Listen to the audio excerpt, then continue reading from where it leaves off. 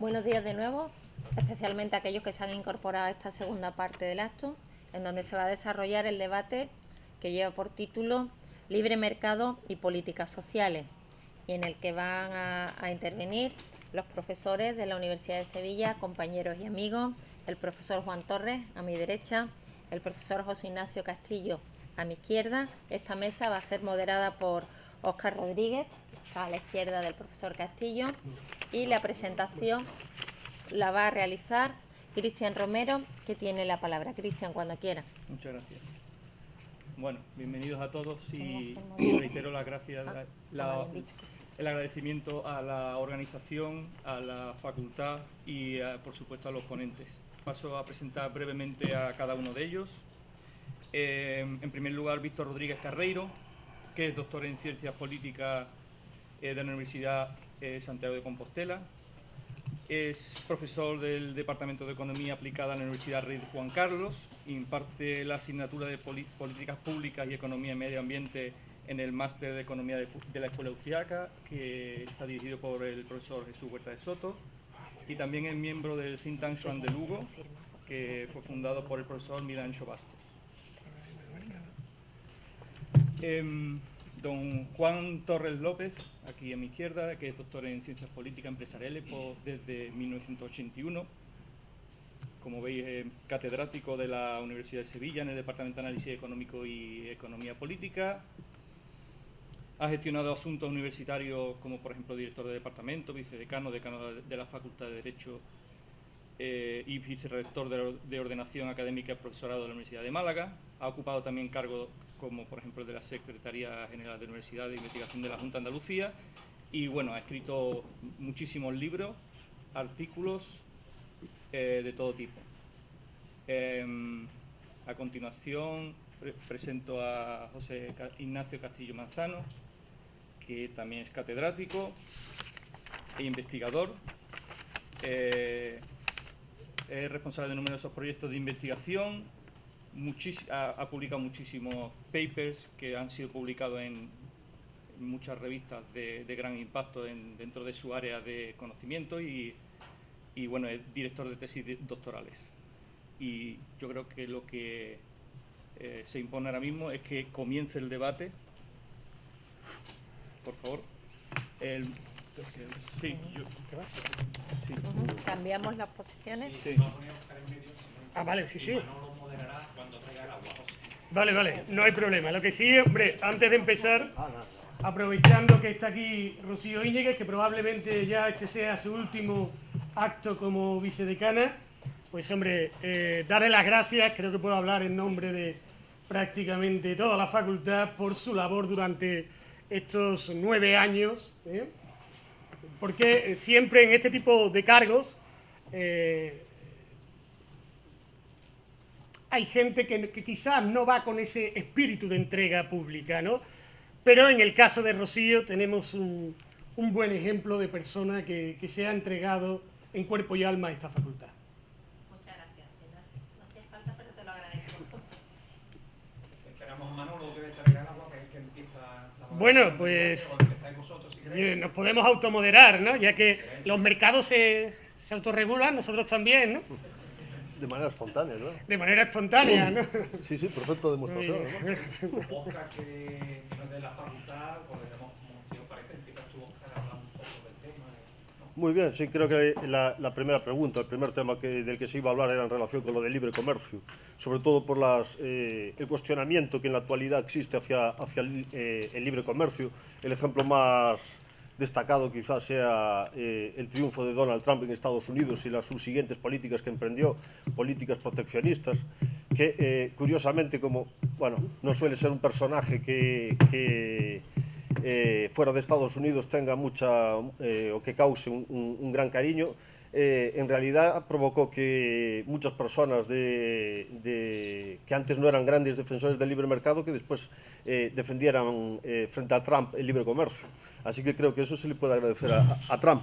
Y en ese sentido, si es una pregunta de las que se quería hacer, si es necesario el libre comercio, o la pregunta era libre comercio sí o no, en mi opinión personal, creo que la respuesta es libre comercio sí, y que muchos de los problemas que se achacan al libre comercio en la actualidad, en realidad no tienen como causa la libertad comercial ni el libre mercado, sino todo lo contrario, tienen como causa la intervención, la creciente intervención estatal. Y uno de los ejemplos más importantes es el hecho de que gran parte de los problemas económicos que estamos sufriendo en la actualidad vienen derivados de la crisis económica del 2008, y la crisis económica del 2008 fue causada por principalmente la manipulación de la oferta monetaria a través de los bancos centrales. Y debido a todos esos problemas económicos y debido también al aumento de las regulaciones y a grandes restricciones comerciales, como está sucediendo ahora con las guerras comerciales y el aumento de los aranceles, los problemas económicos que se pueden encontrar responden al aumento de la intervención del Estado y no al aumento de la libertad económica.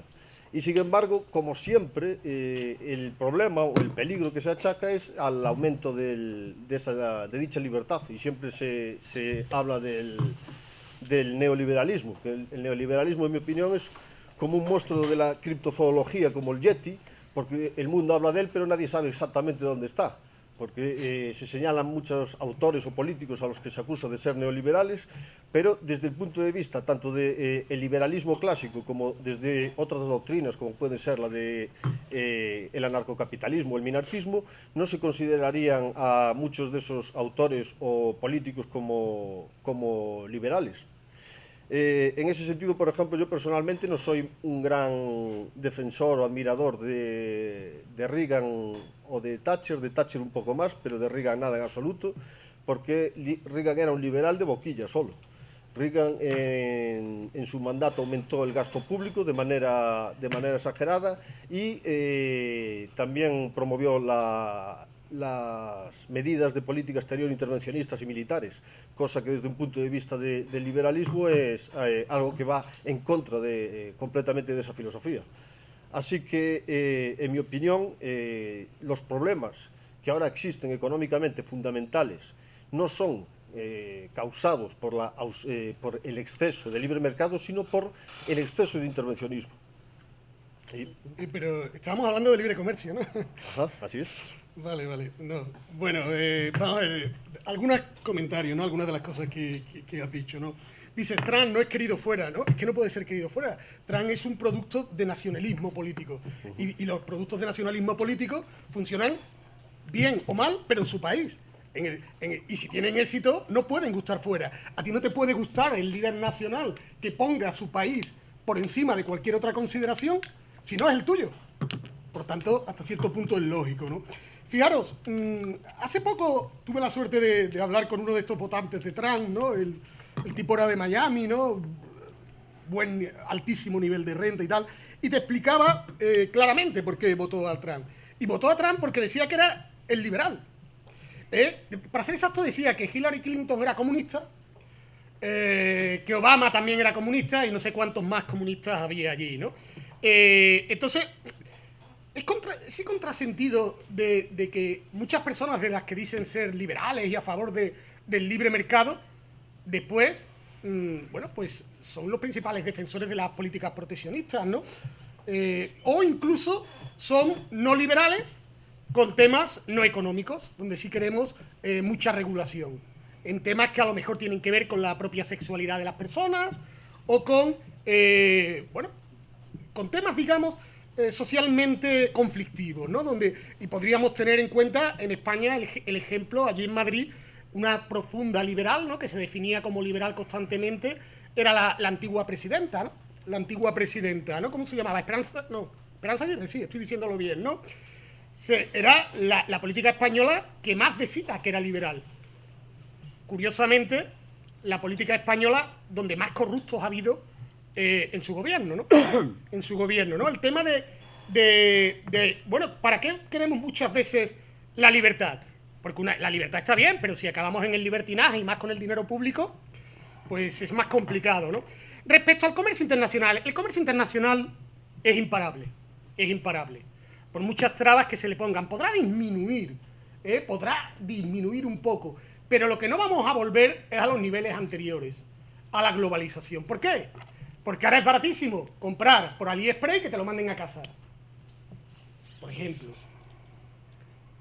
¿Qué es lo que pasa con el comercio internacional? Fijaros, con la globalización, el mayor éxito de Stiglitz se llamaba el malestar de la globalización.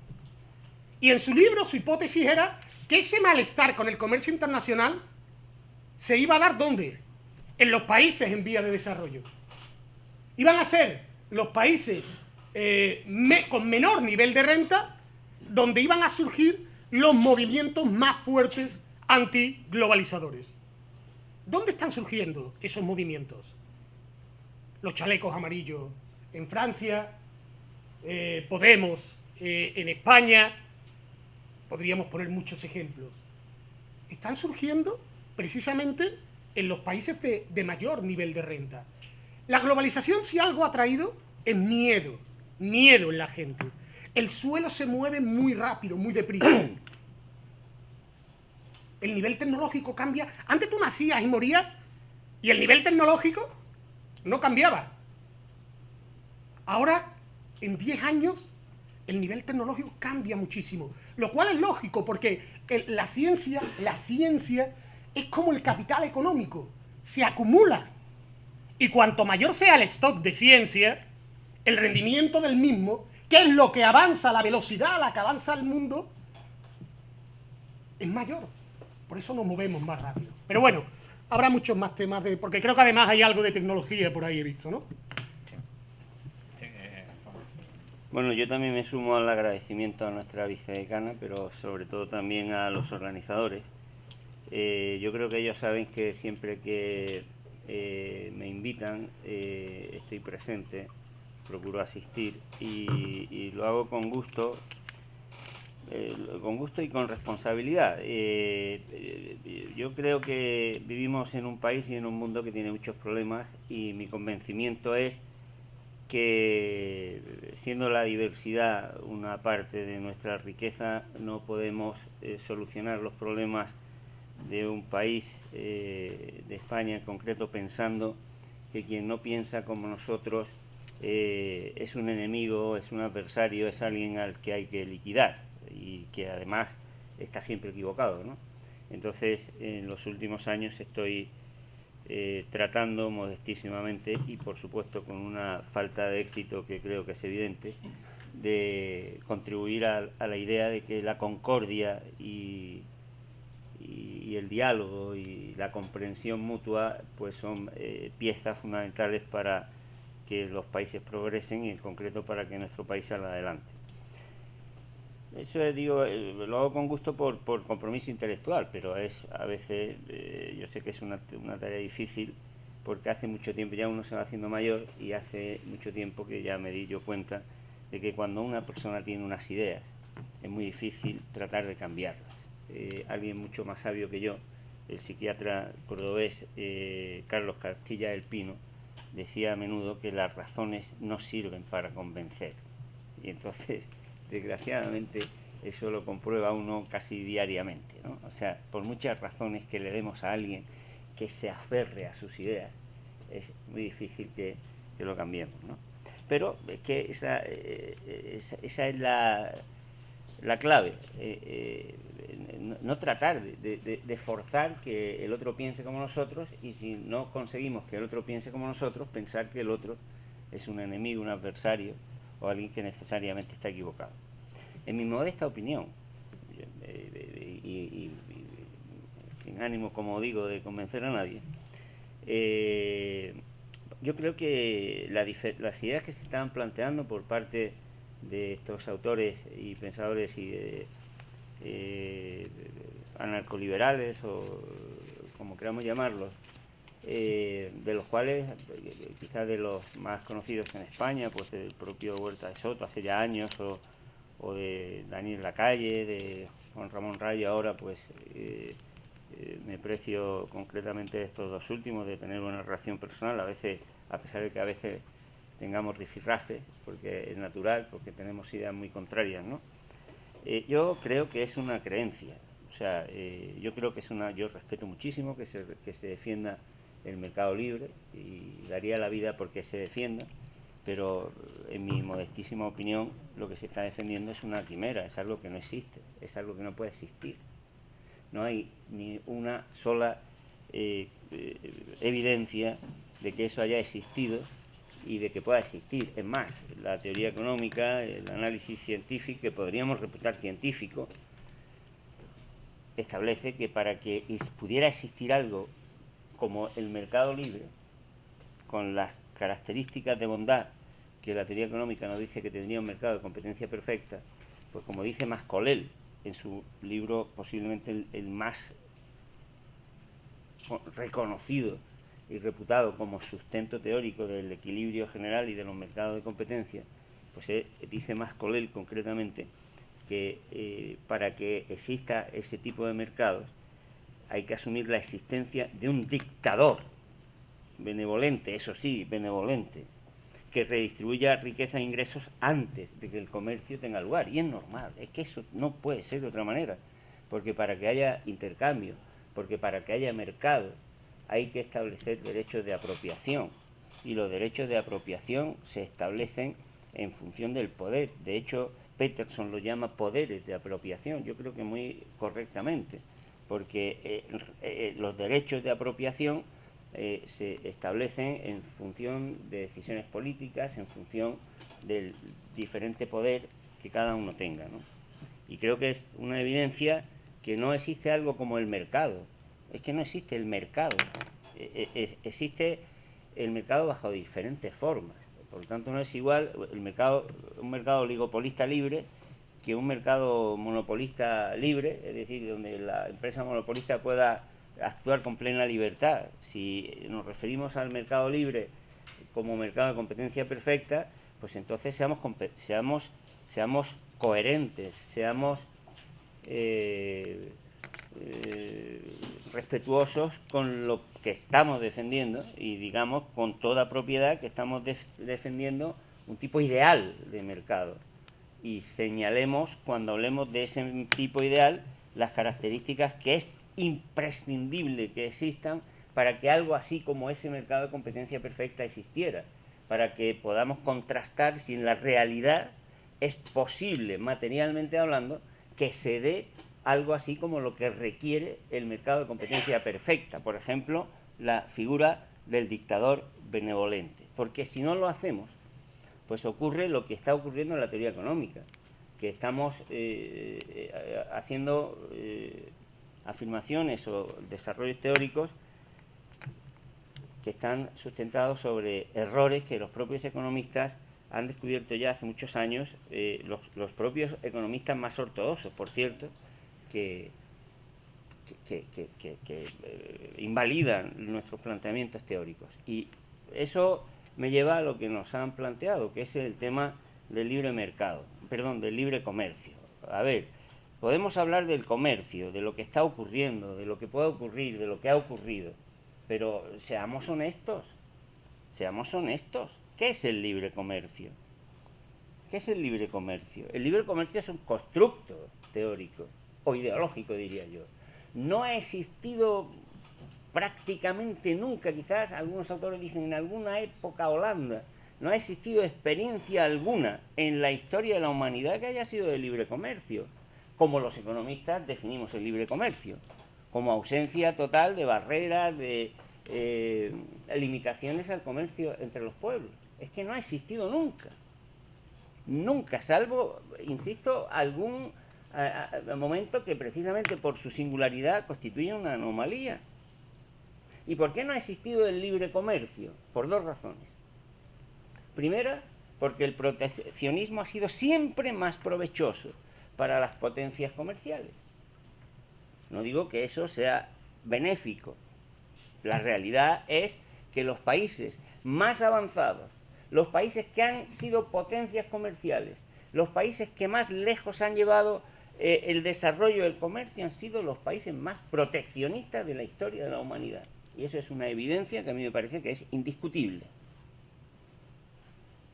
Y en segundo lugar, no ha existido ni va a existir libre comercio como régimen más beneficioso, porque sabemos, por la teoría económica, que las condiciones que tendrían que darse para que científicamente pudiéramos decir, o sea, rigurosamente pudiéramos decir, que el libre comercio es más beneficioso que cualquier otro régimen comercial, y en concreto que el proteccionismo, son de imposible cumplimiento.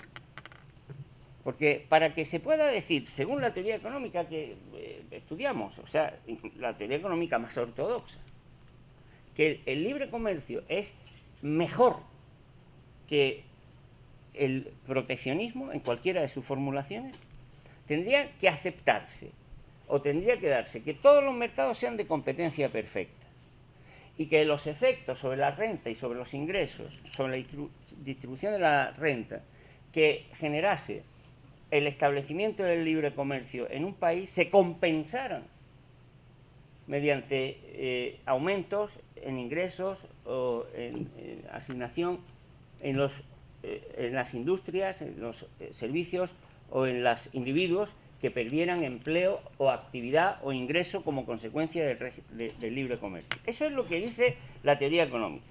Si eso se da, entonces se puede decir científicamente que el libre comercio es mejor que el proteccionismo. Digo que es lo que dice la teoría económica. Se puede decir, oiga, si se dan esas condiciones, el libre comercio es mejor que el proteccionismo, da mejor resultado de lo que podemos decir los economistas que es bueno o malo, que es sobre la eficiencia. Porque sobre la distribución de la renta, sobre el resultado, sobre la distribución de la renta, habrá preferencias. Sobre la eficiencia, la realidad es que no se ha dado nunca libre comercio. Y la realidad es que los países que más han avanzado han generado siempre barreras proteccionistas porque han organizado el comercio en virtud o en función de su interés. Dicho eso, mi opinión particular, ¿quiere eso decir que la autarquía, el proteccionismo exacerbado es la mejor solución para los problemas de la economía global y para la economía de los diferentes países? Hombre, parece que también hay una evidencia que nos pone de relieve que los países que han dado la espalda al comercio, que han dado la espalda al enriquecimiento a través del intercambio con otros países, también han sido, por regla general, países o economías que se empobrecen, ¿no?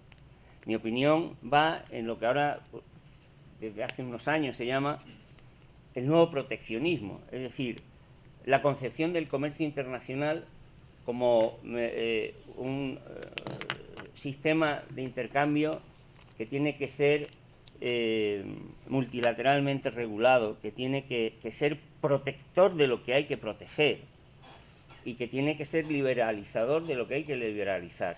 Pero yo creo que pensar que el comercio, en general que la realidad económica, va a funcionar bien porque nosotros establezcamos determinadas preferencias ideológicas, pues a lo que nos lleva curiosamente es al totalitarismo, ¿no? Yo creo que sería deseable que el comercio internacional siguiera regulándose, pero no regulándose en las condiciones de asimetría y en las condiciones de poder tan mal distribuido en que hoy día funciona, ¿no?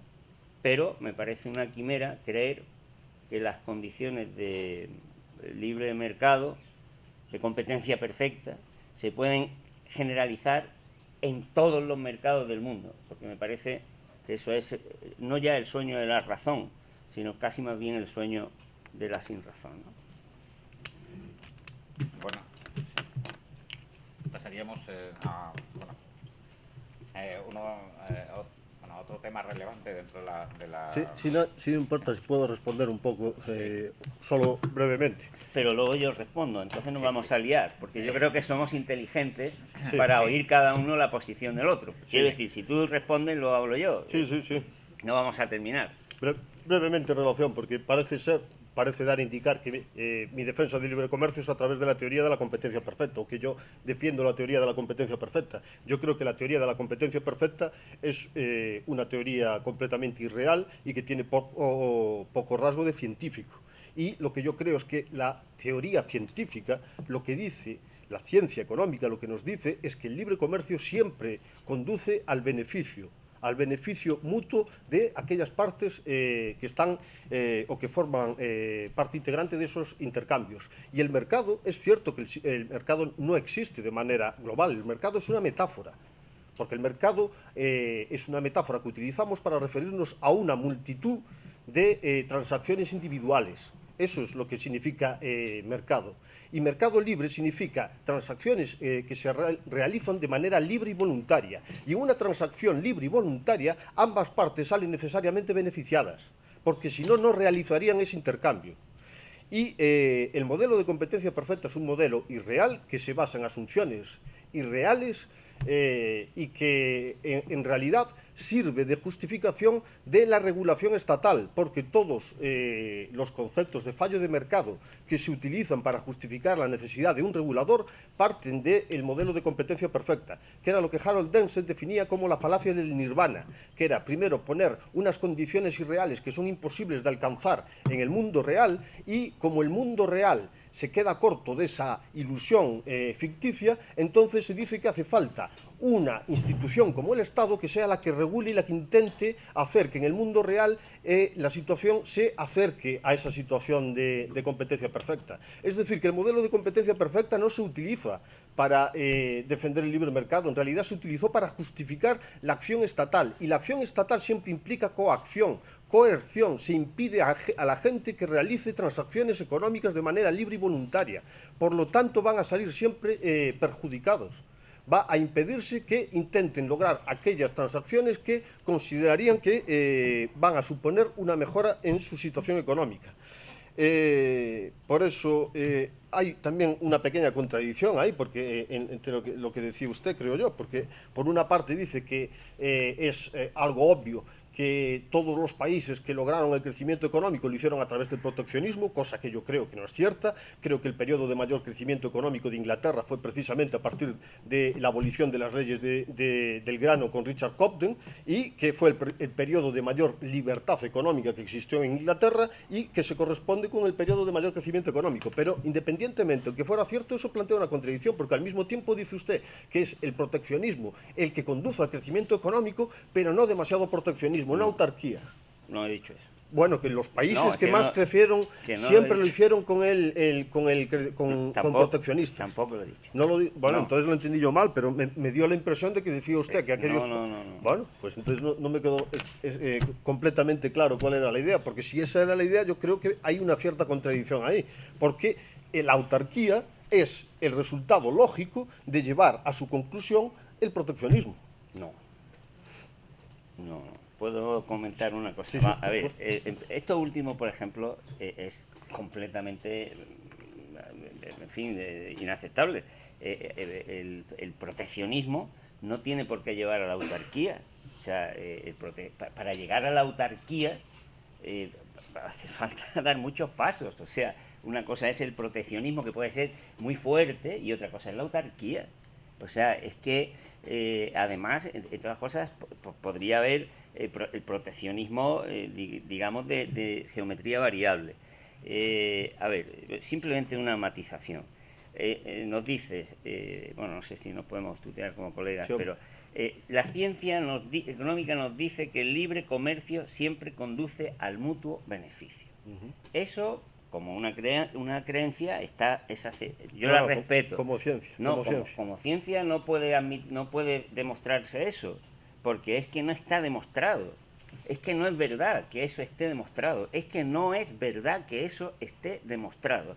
La historia no lo ha demostrado, porque si eso hubiera sido verdad, los países, como acabas de decir ahora, hubieran practicado el libre comercio, y no lo han practicado. ¿Por qué no han practicado los países el libre comercio? Pues porque no les resulta de mutuo beneficio. Insisto, la teoría económica que conocemos, hasta donde yo modestísimamente conozco, lo que nos permite afirmar es que el libre comercio es mutuamente beneficioso cuando se establece en condiciones de mercados de competencia perfecta y cuando en los países, en las economías afectas por ese régimen de libre comercio, las pérdidas de ingresos o de empleo generadas por la apertura se compensan en otra actividad y con un ingreso de tal manera que no se altere ni la distribución de la renta ni el nivel de empleo. Eso es lo que, hasta donde yo creo, ponen los manuales de economía. Por lo tanto, no es verdad. Ojalá fuera verdad, porque tendríamos a nuestro alcance la posibilidad de lograr un régimen pues maravilloso, pero es que no es verdad. Por otra parte, yo no he dicho que... Yo simplemente he dicho una cosa muy sencilla, lo diré en positivo. Ni un solo país de los que hoy día y a lo largo de la historia han alcanzado el mayor nivel de progreso, están hoy día, digamos, en la vanguardia del mundo, de los 30 o 40 países más avanzados del mundo, ninguno de ellos ha llegado a esa situación respetando y actuando en régimen de libre comercio. Ni uno solo. Ni uno solo. Puede haber habido alguna etapa de más libertad comercial, pero no de libre comercio. Ni uno solo. Por otra parte he dicho que no estoy defendiendo ni la autarquía ni el proteccionismo exacerbado. Me he puesto en una posición que creo que debe combinar y lo que yo he llamado una regulación multilateral de las relaciones comerciales, porque en el mercado global, lo mismo que en los mercados, en cualquier mercado que sea, hay que establecer derechos de apropiación, es decir, qué se puede hacer y qué no se puede hacer. Y a la hora de definir qué se puede hacer y qué no se puede hacer, lo que no se puede admitir, en mi modestísima opinión, es que las posiciones de asimetría sean las que establezcan esos derechos, ¿no? Eso es lo que yo he señalado. De todas formas, sí que me gustaría, hombre, es verdad que hablar de autarquía o de libre comercio absoluto, pues estamos en los casos extremos. Lo que vamos a encontrar en nuestra historia económica pues son ejemplos, momentos en los que estamos más cerca de un punto o del otro, de ese continuum. Pero lo que es indudable es que el proceso de rebajar barreras comerciales en las últimas décadas ha traído grandes mejoras de bienestar y de eficiencia económica, aunque solo sea por los cientos de millones de chinos que han podido salir de la pobreza, y no solo en China. Podríamos hablar de la India o podríamos hablar de otros muchos países. Y diréis, bueno, pero nosotros, revisar vuestros armarios en casa, ¿no? Revisar vuestros armarios en casa. El volumen de ropa que tenemos ahora no es comparable con el que teníamos hace 20 o 30 años. Y si tienes más dudas, pues vete a un supermercado. Vete a un supermercado y verás la cantidad de productos diferentes a los que puedes acceder. Nada que ver con los supermercados que cuando yo era niño pues había un tipo de yogur, un tipo de leche y un tipo de lo que fuera. ¿Qué pasa? ¿Por qué esa desconfianza? ¿Por qué esa desconfianza? Pues posiblemente esa desconfianza surja porque algunas de las promesas que esa globalización comercial iba a traer, pues no la estamos viendo, ¿no? El caso de China es el paradigma de aspectos positivos, pero de cuestiones no resueltas. Posiblemente Occidente fue muy naif pensando que el desarrollo económico de China iba a ir acompañado de libertades. Esas libertades no las vemos. Entonces, sí que el proceso de desindustrialización en Occidente ha sido incluso más rápido del esperado.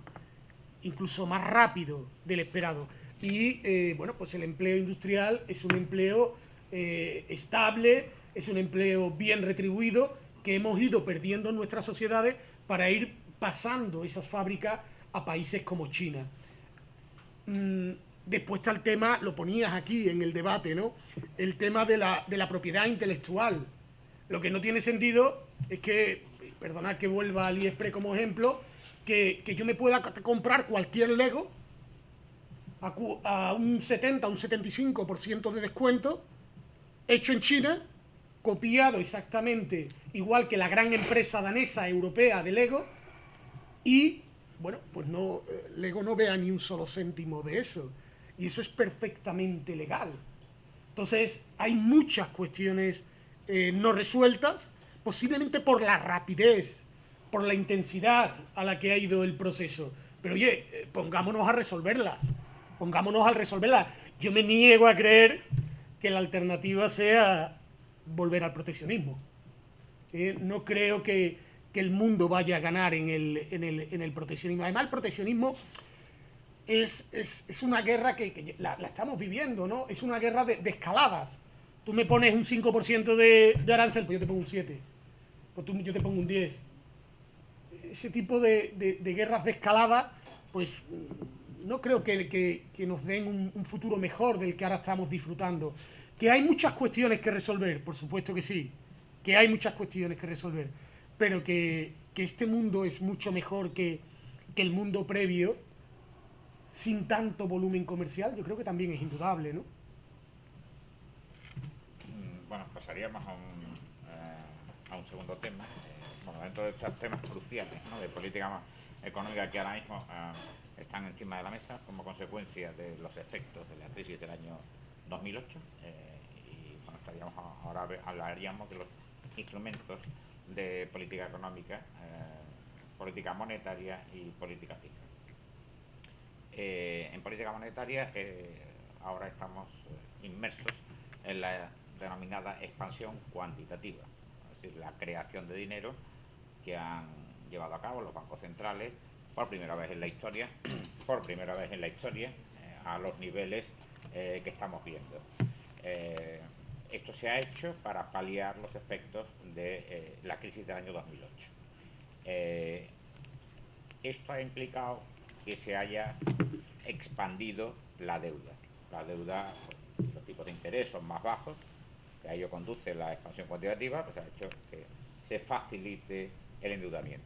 Estamos en niveles de deuda pues, económicos, magnitudes de deuda no conocidas en la historia. Pero de deuda pública, en cambio las economías domésticas... Bueno, de deuda pública y de deuda privada también. Bueno, tampoco ha subido tanto el volumen de deuda privada, incluso en algunos indicadores ha bajado. Bueno, sí, bueno, depende de los países, pero bueno, en principio parecen globalmente los mercados de deuda parece que están manejando hoy unas cifras también en deuda privada enormes. También porque se le ha dado mucha facilidad a las empresas y a los particulares porque han bajado mucho los tipos de interés, ¿no? Ante esta situación, pues la salida de la normalización de la política monetaria sería en principio la vuelta a algo que conocemos como el interés natural, concepto que bueno, discutido, pero que nos sirve de referencia en la teoría económica. Plantea pues una subida de intereses que puede ser muy dañina, ¿no?, para la economía, ¿no? Hay alternativas. Hay una alternativa que sería pues, que reaparezca la inflación. Hay un incentivo por parte de los propios estados porque ellos también están especialmente endeudados, también como consecuencia de hacer frente a los efectos de la crisis, ¿no? Bueno, esto se une al otro gran instrumento, a la política económica, que es la política fiscal, que también presenta una situación hoy de sobreendeudamiento, podríamos decir, ¿no? Después de las consecuencias de la crisis o para hacer frente a las consecuencias de la crisis del año 2008, los estados se han endeudado muy por encima de lo que venían haciéndolo en muchos años anteriores. Y esto también plantea dudas sobre si es posible o no mantener el estado de bienestar como lo conocemos hoy en día, ¿no? Pero yo querría plantear estos dos grandes instrumentos, aunque sea, bueno, los he unido por cuestión de tiempo. estos dos grandes temas. ¿Qué opiniones podíamos escuchar, ¿no?, sobre estos temas? Y en concreto, bueno, pues política monetaria, esa normalización, si va a provocar o no inflación, si la podemos esperar, y en política fiscal, si es o no sostenible el estado de bienestar. Óscar, si te parece. Sí, muy bien. Sí, cierto que el aumento de la oferta monetaria a estos niveles, especialmente por el Banco Central Europeo, es algo así, digamos, único en la historia, en cuanto a la escala, no en cuanto al medio. Esa es el pan de cada día de los bancos centrales. Y de hecho fue la causa ya de la crisis del 2008 y va a ser la causa de una futura crisis. Del mismo modo fue también la causa de la crisis de 1929. El aumento de la oferta monetaria, la manipulación de la oferta monetaria por parte de los bancos centrales. Y eso provoca lo que se conoce además como el efecto Cantillón. El hecho de que el nuevo dinero que se crea y que se introduce en la economía no llega a todo el mundo de manera simultánea, sino que se va extendiendo por la economía como una mancha de aceite. Es decir, primero los bancos centrales crean ese nuevo dinero, se lo dan a los bancos lo prestan, lo cogen empresas que van a utilizarlo para actividades productivas, lo va a recibir después aquellas empresas que reciban el dinero de esas otras primeras, de tal forma que se va extendiendo poco a poco. ¿Y eso qué es lo que supone? Que por una parte hay una parte de la población que recibe ese dinero primero y lo empieza a gastar, y conforme lo van gastando y conforme ese dinero se va filtrando al resto de la economía, se va produciendo un aumento de los precios. Y eso lo que constituye es una forma de redistribución solapada de la riqueza, porque aquellas personas que reciben primero el dinero se encuentran con mayor capacidad adquisitiva, se encuentran con el mismo nivel de precios, mientras que los que lo reciben de últimos o no lo reciben se encuentran con que no tienen una mayor capacidad adquisitiva, pero que los precios han subido. Eso provoca una redistribución de riqueza de una parte de la sociedad a otra, y generalmente de aquellas personas de clase baja o de clase media, que esa riqueza se les escapa hacia personas de clase alta, normalmente a grandes empresas. No son los que se dedican o los que están en el sector financiero, los que reciben las grandes subvenciones o los que reciben primero el dinero, no son los obreros. Y lo que sucede con ese sistema es que se produce el problema de la inflación, que la inflación en lo que consiste es en un impuesto, como decía Álvaro, un impuesto soterrado, un impuesto oculto, que es un robo en realidad, porque lo que están haciendo es hacer que la gente pierda el poder adquisitivo, que pierda su capacidad de compra, que pierda su capacidad para mejorar su situación económica, para mejorar su nivel de vida. Y además, como otra consecuencia, provoca el ciclo económico de expansión y recesión, porque esta es la teoría del ciclo económico de la Escuela Austríaca de Economía, que fue desarrollada por autores como Eugene von Baaberg, Ludwig von Mises o Friedrich Hayek, y que señala que precisamente la manipulación de los tipos de interés lo que crea son señales equivocadas a los empresarios, que creen que existen los recursos adecuados para alargar la estructura de producción, para dedicarse a actividades productivas que requieren más tiempo y mayor inversión en capital. Y, sin embargo, eso se da en una situación en la que no hay verdadero ahorro y no hay verdaderos recursos para dedicar a esas actividades productivas nuevas.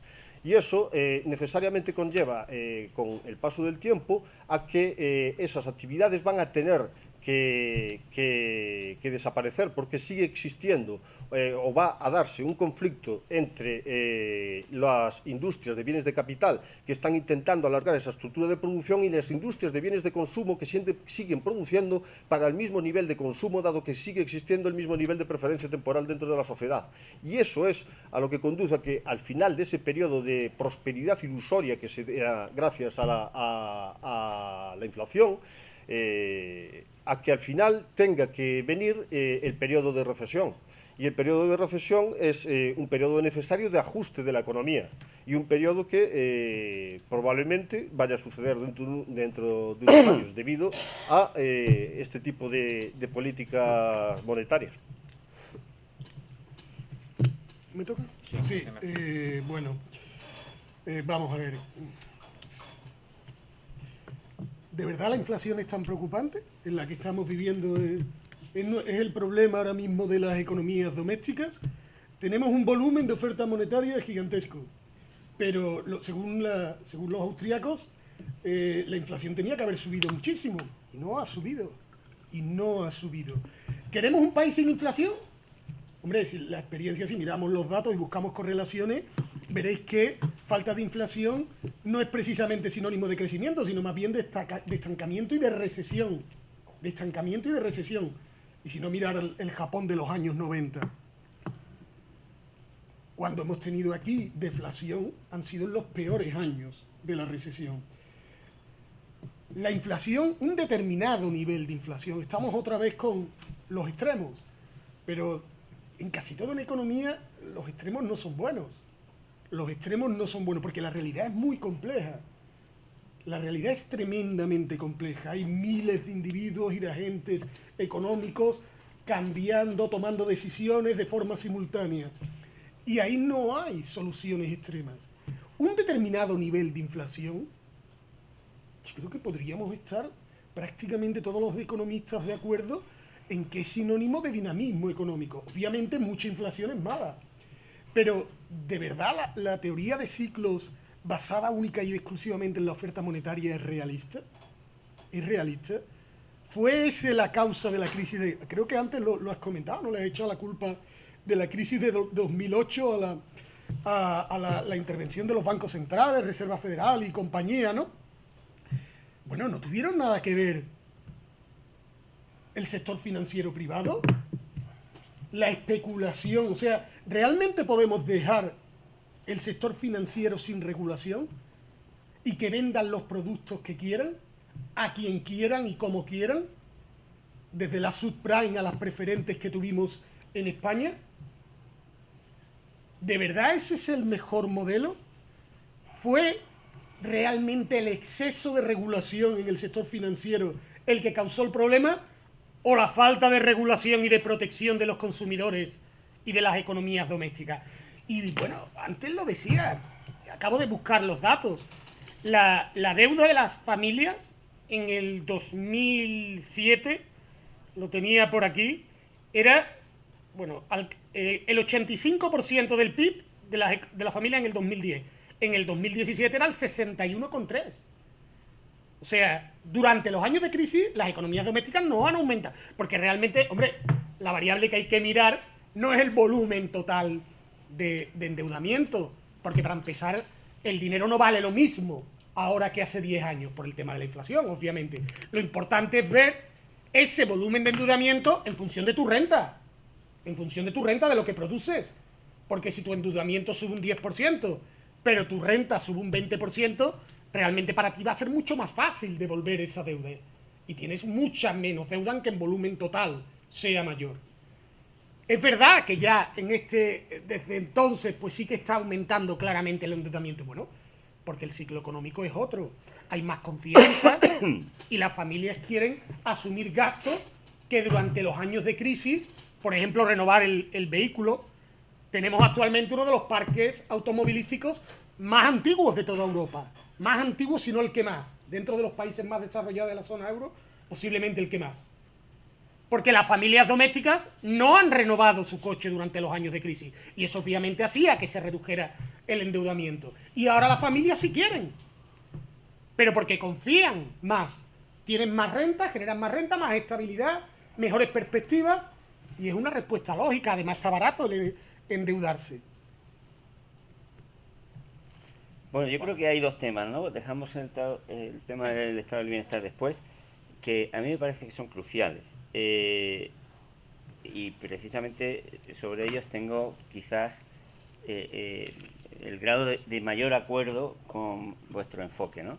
A ver, yo creo que hay un problema capital hoy día en la economía mundial, que es la deuda. ¿Por qué? Porque vivimos en una economía global cuyo motor principal es la generación de deuda. Y eso es explosivo. Yo lo suelo explicar de una manera muy sencilla, y es que la definición tradicional que hacemos de Producto Interior Bruto igual a consumo más inversión, más gasto público, más exportaciones netas, en un modelo como este le falta algo, porque hay que añadir más el crecimiento de la deuda. Porque ese crecimiento de la deuda, el crédito, es lo que hace que la actividad aumente. ¿Y qué ocurre? Pues es muy sencillo. La generación de actividad, el crecimiento del PIB, con todas las limitaciones que tiene, no voy a entrar en eso, pero el crecimiento del PIB entonces es el crecimiento del consumo, más el crecimiento de la inversión, más el crecimiento del gasto público, más el crecimiento de las exportaciones netas, más el crecimiento de la deuda. Es decir, que para que haya el crecimiento económico sostenido, la deuda tiene que estar en aceleración constante. Y eso es insostenible porque superaría la velocidad de la luz. Ningún móvil, nada puede ir a aceleración constante. Eso es lo que hace, con todas las matizaciones que diversas escuelas o enfoques de pensamiento han hecho, que las economías bajo modelo de crecimiento impulsados por la deuda tiendan a colapsar antes o después.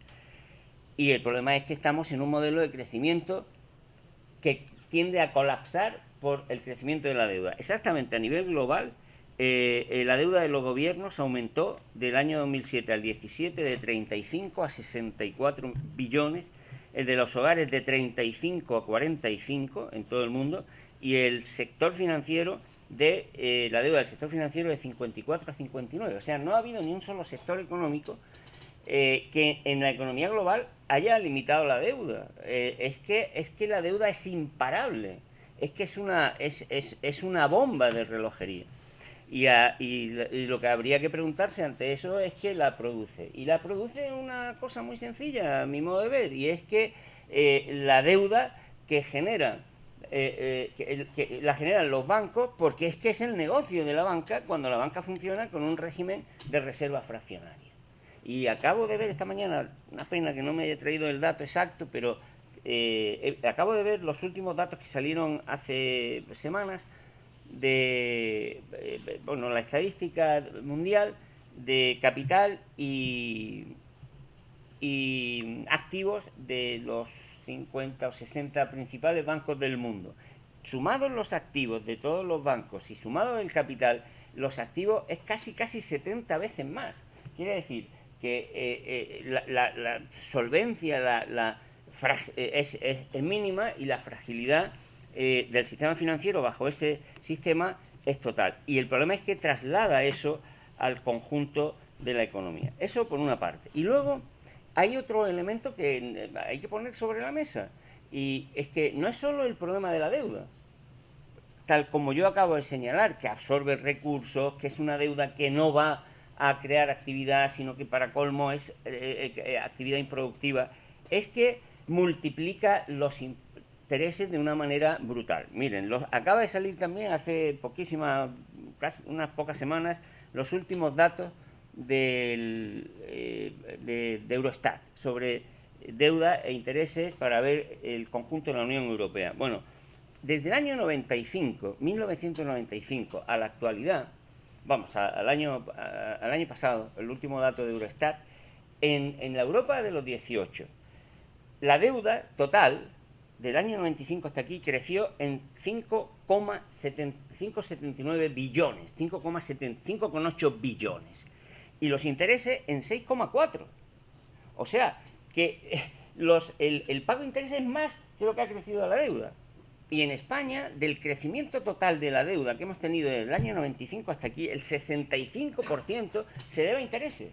Quiere decir, eso es decir que se genera una losa que no hay economía que lo resista, porque esa es la losa del sistema de reserva fraccionaria. Por lo tanto, yo creo que eso es un tema que ya es ineludible. O sea, ya el Fondo Monetario Internacional, el Banco Internacional de Pagos, los bancos centrales están planteando que el sistema de reserva fraccionaria como generador de deuda es algo que tiene los días contados. Podrá tardar un tiempo, podrá tardar otro. Es verdad que yo me atrevería a decir que hasta ahí el consenso es grande. Ahora, dicho eso, ¿cuál es el segundo paso? ¿No? Vamos a ir patrón oro, 100% de reserva, ahí entramos en la discusión, ¿no?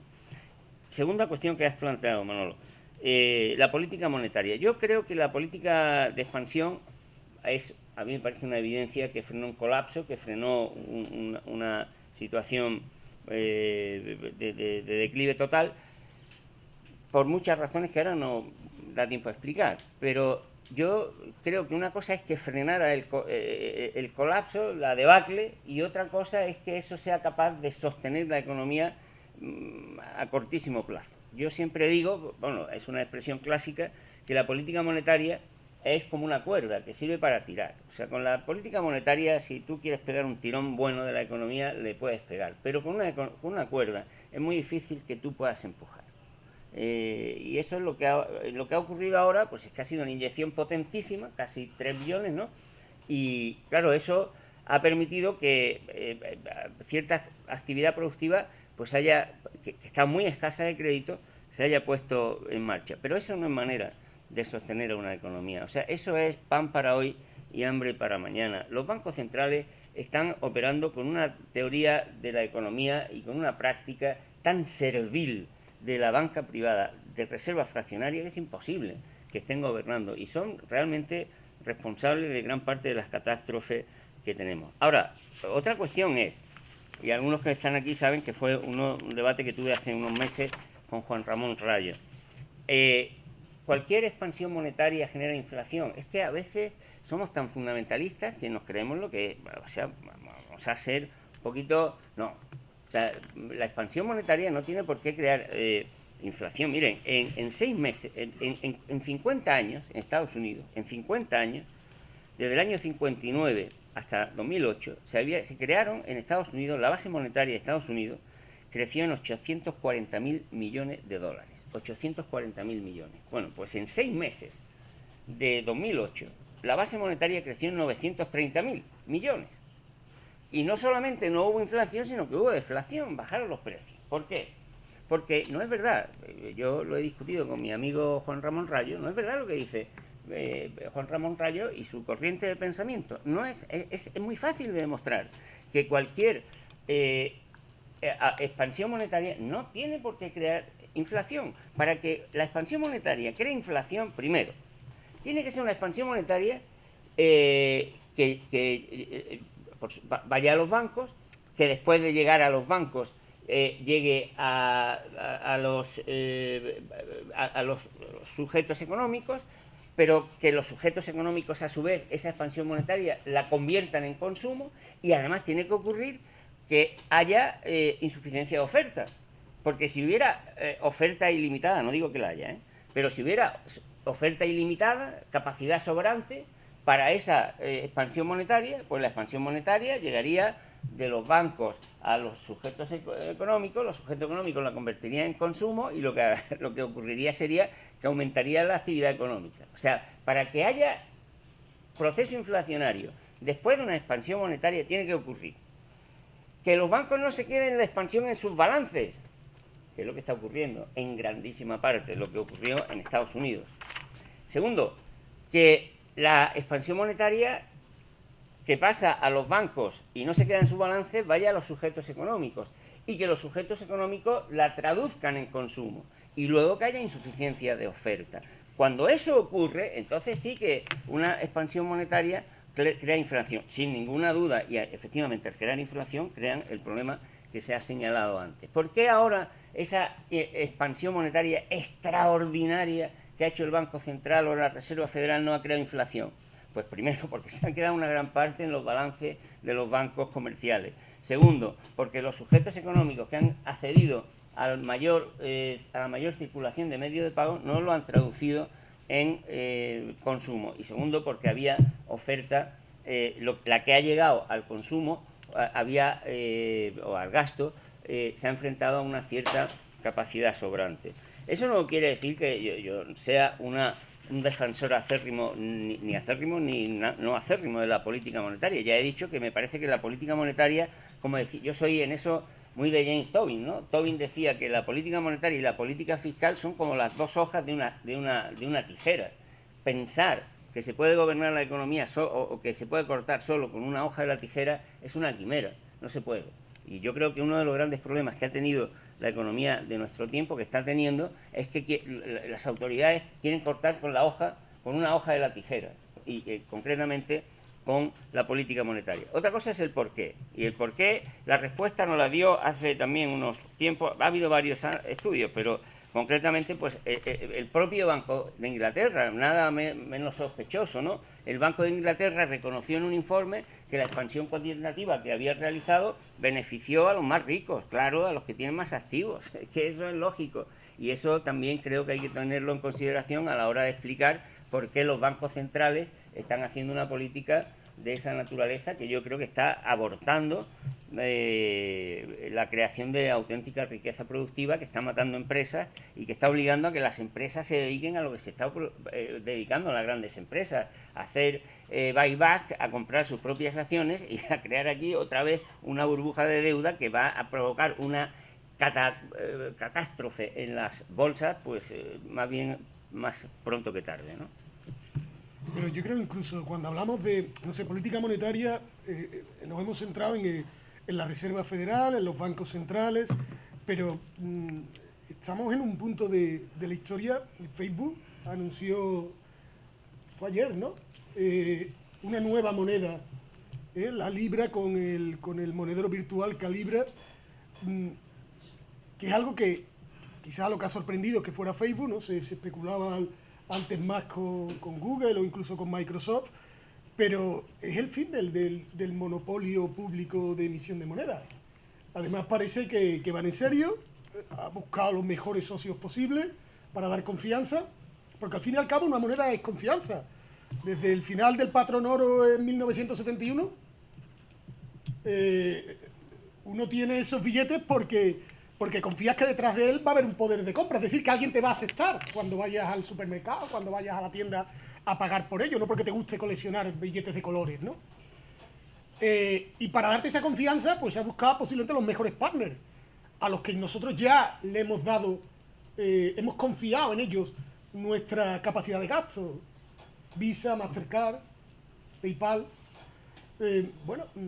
Hablar de restricciones de política monetaria en este mundo, cuando el monopolio ya no va a ser público, además de que la sede que ha elegido es Suiza, un lugar precisamente conocido porque el dinero puede estar encima de cualquier ley, ¿no? Y tener independencia, bastante independencia de los grandes poderes políticos, ¿no? Bueno, pues quizás nos estamos quedando un poco anticuados, ¿no? El mundo que viene con una velocidad mucho mayor, como decía antes, y confiar que esto coincide, ¿no? No es solo tema de políticas monetarias, hablar de política fiscal, creo que es el próximo tema, ¿no? Pero un momentillo, José Ignacio, sí, una matización. El monopolio público de emisión de moneda va a seguir siendo, mientras haya monedas y billetes, los va a emitir el Estado. El problema es que la moneda y los billetes hoy día representan desde el 2 en Inglaterra en algún momento hasta el 5, el 6, el 8. El problema es la creación de dinero bancario. El dinero bancario no tiene el monopolio, ya nos lo ha explicado el Bundesbank, el Banco de Inglaterra, nos han explicado hasta la saciedad, que no son... El dinero en reserva fraccionaria no viene de los depósitos, sino que son los depósitos los que vienen del dinero de la nada que crean los bancos comerciales.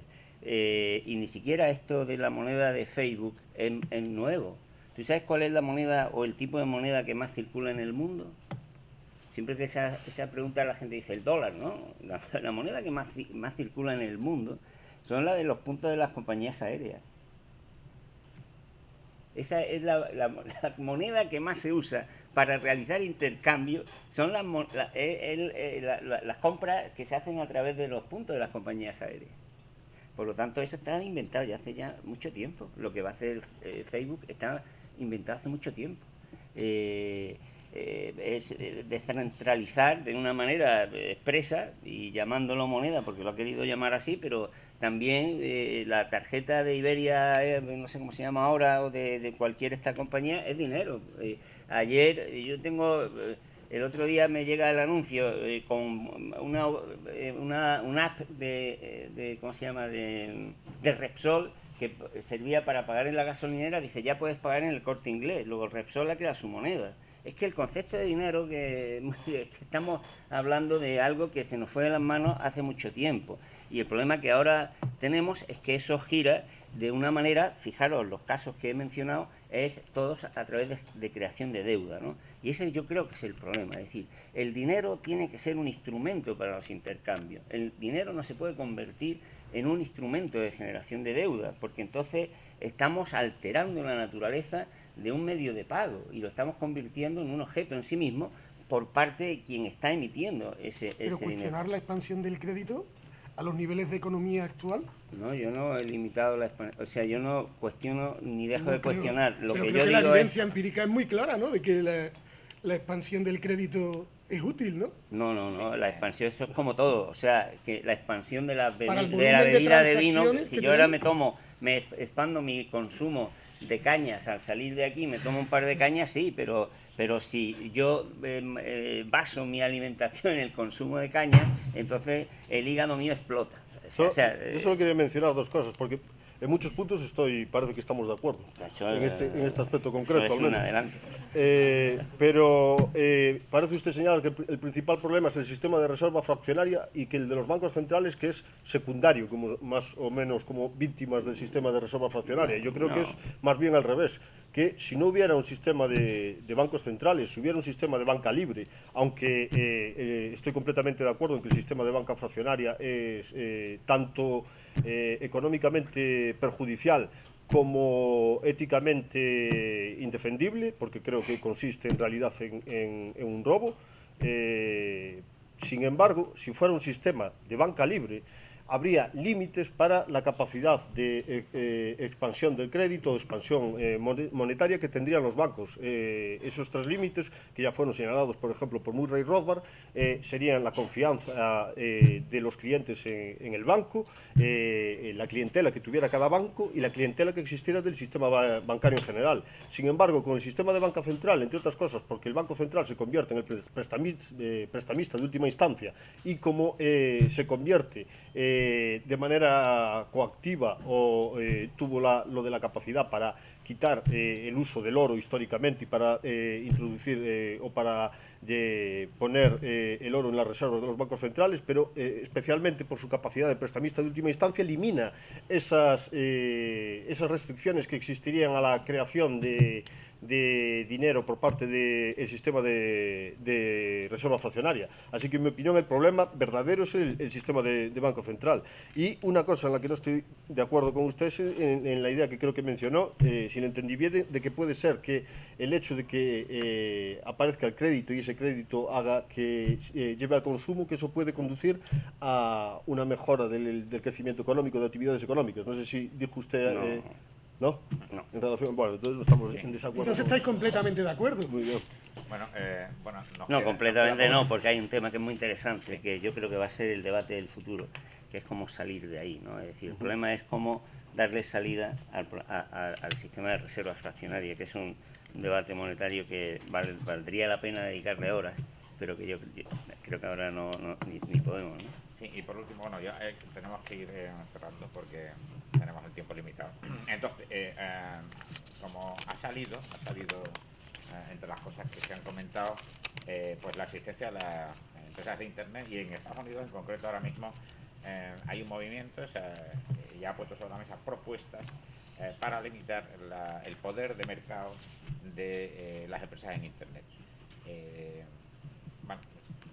También se recuerda cómo la revolución industrial dio como consecuencia algunas actividades que pudieron consolidar sistemas de monopolio dentro de la economía americana y se dictaron las leyes antimonopolio para evitar este tipo de situaciones. Esto se está volviendo a plantear en las grandes empresas de Internet, que acaparan enormes recursos y cada día tienen más importancia dentro de la economía.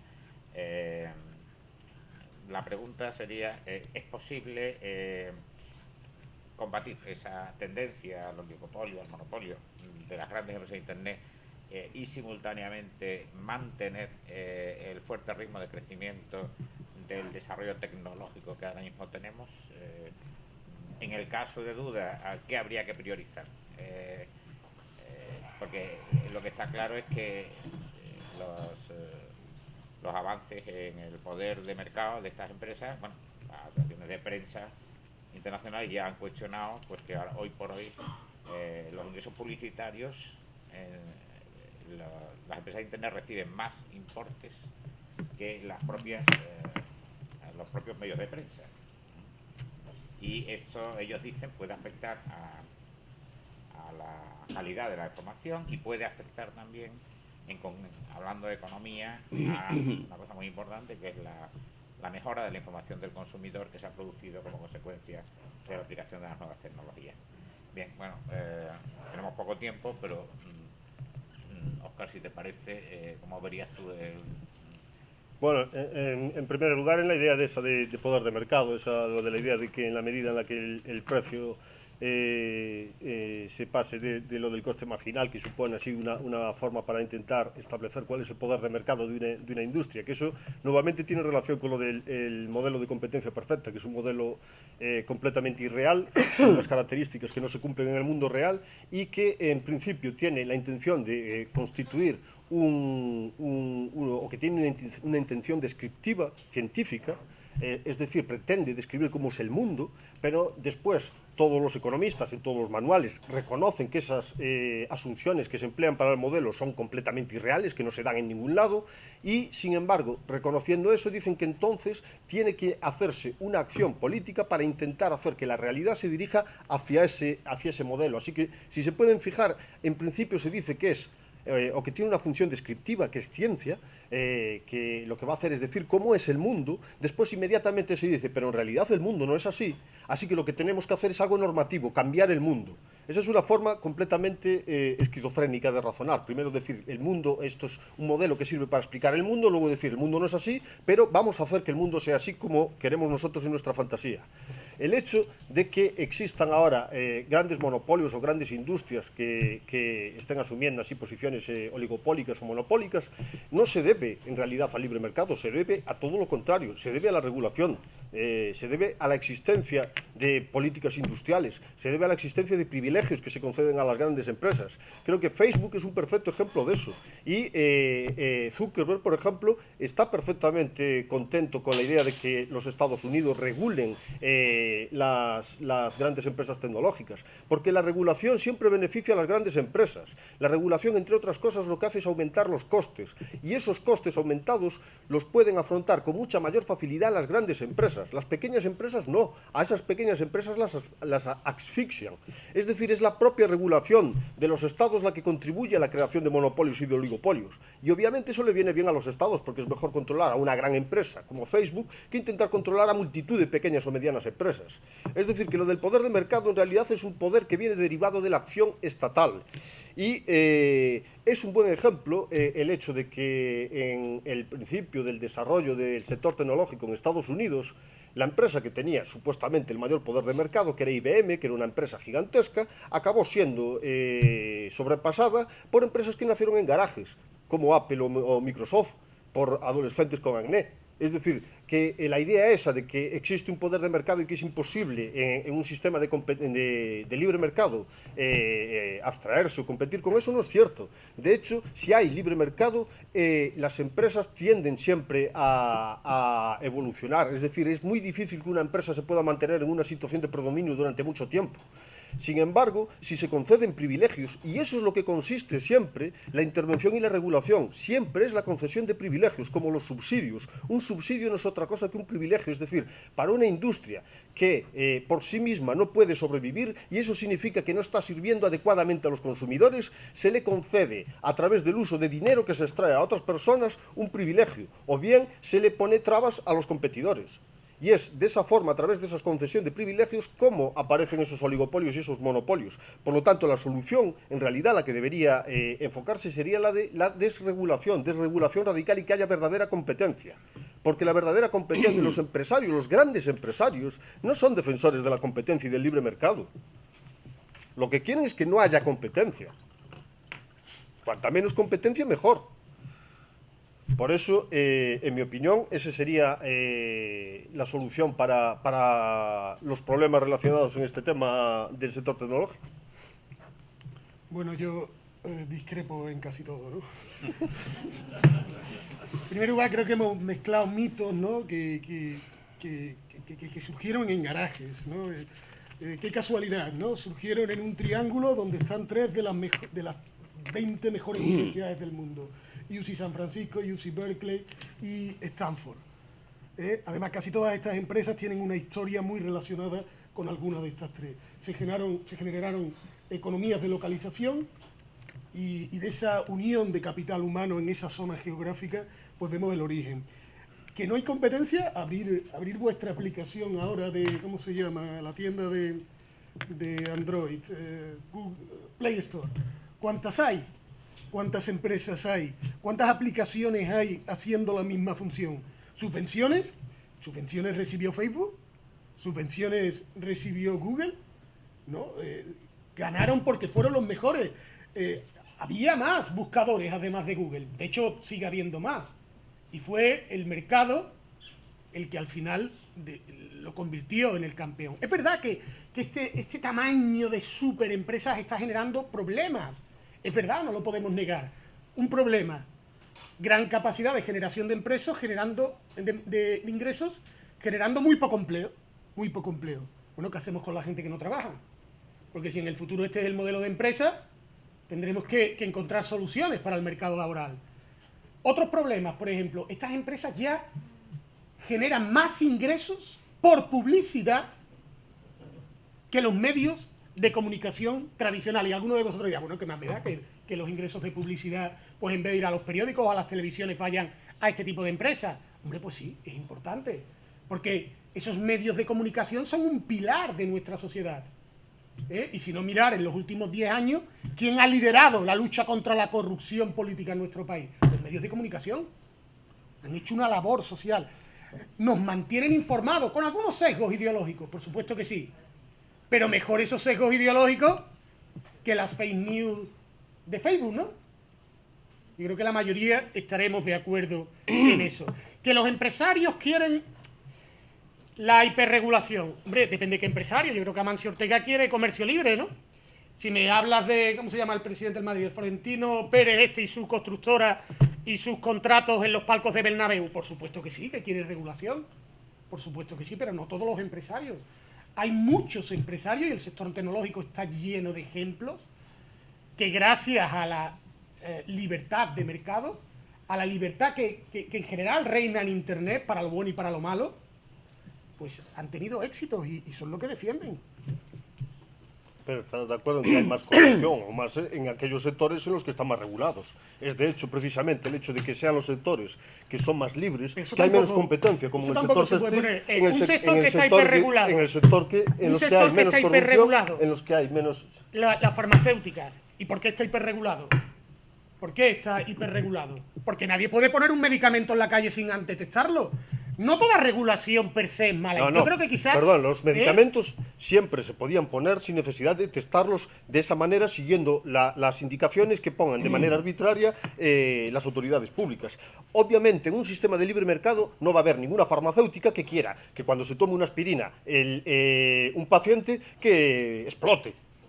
No sé si va a realizar, creo que la mejor manera de asegurarse de que vayan a realizar test es precisamente que sea el test de libre mercado, que sea el consumidor, claro, que sea el que marque así. En el consumidor el medicamento. No. ¿Ha oído esta semana? Eso es lo que permite. El caso del eso medicamento. es lo que permite que cuando una empresa crea un producto que es incompetente o que no tiene calidad, o cuando hay un fraude, que esa información se transmita y que entonces el resto de los consumidores puedan no comprar a esa empresa y que quiebre esa empresa. Sin embargo, si hay regulación, es de ahí de donde resulta, por ejemplo, el rent-seeking y la corrupción, donde ya hay incentivo para intentar, a través de la maquinaria política, obtener beneficios. No, eso no es verdad. Perdón, pero bueno. el tiempo se nos acaba. Bien. Bueno, a ver, yo diría casi 3 cosas solo. Primero, yo creo que estamos contemplando estos problemas que estamos mencionando de irrupción de grandes empresas, de estas nuevas tecnologías, de los problemas que se están planteando. Y deberíamos evitar caer en un error de perspectiva, porque me da la impresión de que estamos metidos de lleno en un momento de irrupción. Y entonces estamos como, digamos, en mitad de la tormenta, cuando las piezas están empezando a ponerse en su sitio. Y creo que yo, modestamente, que sería un error contemplar eso como si ya las piezas estuvieran en su sitio. Quiero decir que hay problemas que estamos viviendo ahora, que habéis mencionado, que son resultado de ese ajuste. Es que Facebook, en fin, todas estas grandes empresas, es que tienen una posición en los mercados que es resultado de lo que tradicionalmente llamábamos un poder de mercado, o es el resultado de que su irrupción estratégica les ha puesto en una posición momentáneamente ventajosa y que luego va a ir modelándose.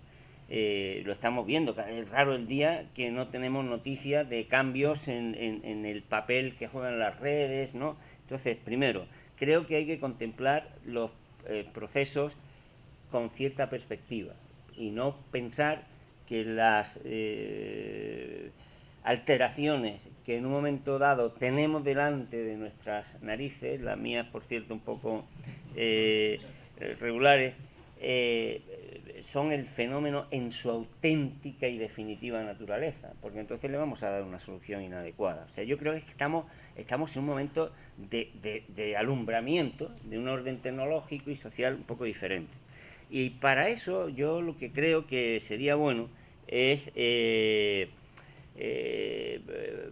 la medida de lo posible, ¿no?, porque todos nos agarramos a eso, efectivamente, tener un poco cuidado con los mitos, ¿no?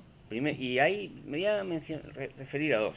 Primero, que a mi juicio, digo, lo llamo mitos porque creo que son realidades nuevas, no exactamente nuevas, pero que en los últimos decenios o años pues se han hecho muy fuertes. El primero es que yo creo que los economistas o los analistas de la sociedad seguimos teniendo una concepción bastante equivocada de cuál es el proceso que crea riqueza en nuestras sociedades. Y seguimos pensando en los procesos de creación de riqueza como aquellos que se basan en la producción de bienes y servicios. Y entonces hemos hecho un constructo intelectual y casi yo diría que hasta hemos desarrollado un conocimiento científico, algunos lo llaman hasta una ciencia, basada en algo que hoy es irreal.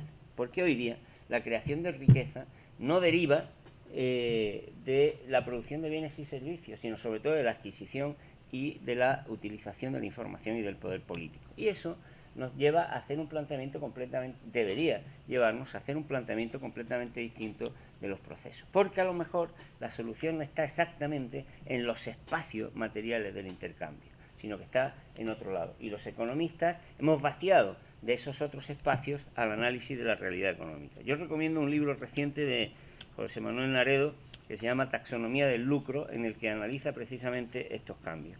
En segundo lugar, también es verdad que a veces es que reproducimos las cosas, ¿no? O sea, esta nueva revolución tecnológica, que estas grandes empresas tecnológicas no hubieran podido desarrollarse, y las que vengan pasado mañana les pasará igual, sin el papel del Estado. Yo recomiendo leer los libros últimos que está escribiendo Mariano Mazzucato, que creo que está describiendo con bastante, está haciendo además análisis empírico, no es un libro de filosofía, son datos, son en realidades. Entonces creo que tendríamos que comenzar también a preocuparnos y a entender que los polos de cambio económico a lo mejor vienen de otro sitio. Y luego creo que sería obligado que contemplásemos estas nuevas irrupciones, estos nuevos cambios tecnológicos, pues que utilizáramos la historia, porque la historia a veces nos puede dar algunas pautas, ¿no? O sea, nos dice, lo señalo esto por lo que decía José Ignacio, ¿no?, ahora hace un momento. Es decir, decimos la cuarta revolución tecnológica, bueno, quiere decir que ha habido ya tres. Entonces, oiga, ¿y si vemos lo que ha pasado con las tres, ¿no? ¿Y si vemos qué ha pasado con la productividad? ¿Y si vemos lo que ha pasado con el tiempo de trabajo? ¿Y si vemos lo que ha pasado con el empleo? Pues a lo mejor veremos que, en definitiva, estamos hablando de un modelito muy sencillo que David Anisi lo escribía definiendo la productividad como el cociente entre el producto, la población activa, la jornada y la eficiencia en el trabajo. Y claro, de ahí pues es fácil deducir que un cambio tecnológico de la envergadura que lleva consigo la actual, suponiendo que se traduzca en un incremento global de productividad, que esa es otra, porque a lo mejor nos ocurre de nuevo lo que decía Solow, ¿no? Decía, todo el mundo habla de productividad, pero luego en las estadísticas no aparece, ¿no? Porque a lo mejor las cosas no son exactamente como cierta mitomanía nos quiere hacer creer. Entonces creo que convendría que viéramos la historia, ¿no? Que viéramos lo que ha ocurrido. Es verdad que siempre el mundo nos presenta delante de nosotros etapas nuevas, realidades diferentes, pero yo creo que contemplar lo que ha sucedido en otros momentos en los que de una manera relativamente parecida pues han ocurrido cosas que se asemejan a las que ahora tenemos por delante, yo creo que nos podría ayudar, ¿no? Por cierto, eso es algo que yo creo que con mis amigos de la economistas austríacos también comparto, porque han tenido grandes maestros historiadores.